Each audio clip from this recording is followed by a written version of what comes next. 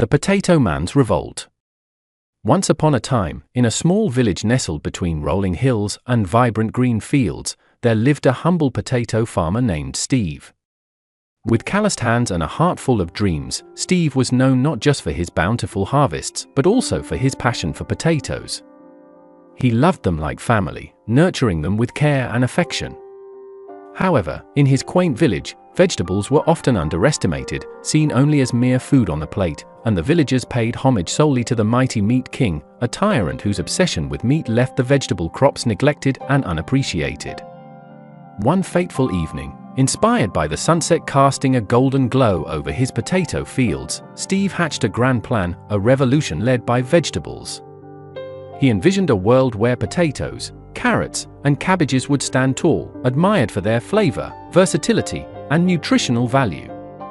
With unwavering determination, he transformed his little farmhouse into the headquarters of the vegetable revolution. Steve began spreading his message. He called upon the carrots, beets, and even the stout cabbages to join his cause. He trained them in the art of guerrilla gardening, teaching them strategies to reclaim their rightful place in the villagers' hearts. The vegetables rallied behind Steve, eager to rid the world of the meat king's oppressive meat-centered rule. "Together, we will rise. Together, we will show them the power of vegetables," he proclaimed. With newfound confidence, Steve marched into the village square, his loyal comrades by his side, each vegetable donned costumes made from leaves and colorful peels, proudly representing their kind. "We demand equality for all nutrition," Steve shouted, as villagers stopped to gawk and chuckle at this peculiar spectacle. "We are not just food, we are life." However, the Meat King was not one to take such a challenge lightly. With his army of meat-loving followers, he quickly gathered an opposition against the Potato Man's revolution. The villagers, who had feasted on peaks of meat for generations, were torn. Some found Steve's ideals appealing, but many had grown content within the Meat King's indulgent regime. The first skirmish occurred in the town square, where Steve and his vegetable brigade set up colorful booths, preaching the benefits of a balanced diet and sharing delicious recipes.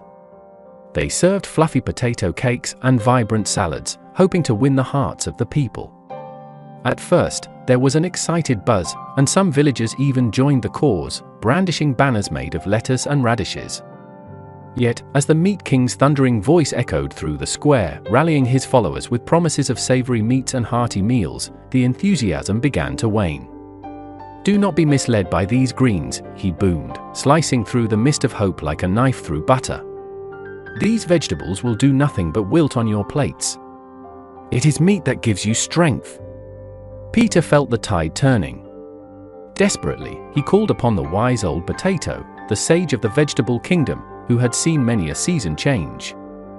The old potato advised Steve to seek knowledge and understanding instead of confrontation.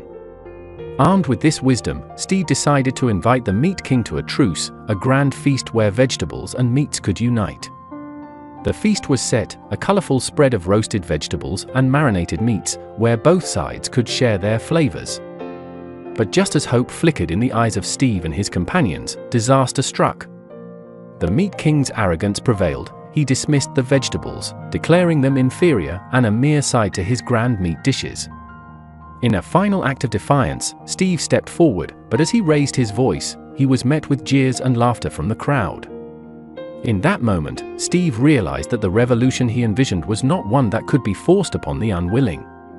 The dream crumbled like a baked potato under the pressure of an uncaring world. One by one, the vegetables wilted in despair, realizing the hearts of the villagers could not be easily swayed. As the sun set on the day of despair, Steve returned to his fields, disheartened but not defeated. His vibrant potato plants, the stalwart friends who had fought alongside him, still waved gently in the evening breeze. Steve vowed to honor their spirit by nurturing his beloved potatoes, teaching the next generation, those who would dare to dream. And thus, while the vegetable revolution may have crumbled, the legacy of Steve, the Potato Man, lived on in the hearts of the young who played in the fields and learned to respect all types of nourishment. There was no grand conquest, and no world was turned on its head, but in quiet corners of the village, whispers of appreciation for the often overlooked vegetables grew, one tender seedling at a time. And so it is told, a tragic tale, not of failure, but of quiet resilience. A reminder that every dream, no matter how grand, plants a seed that might one day blossom into something unexpected.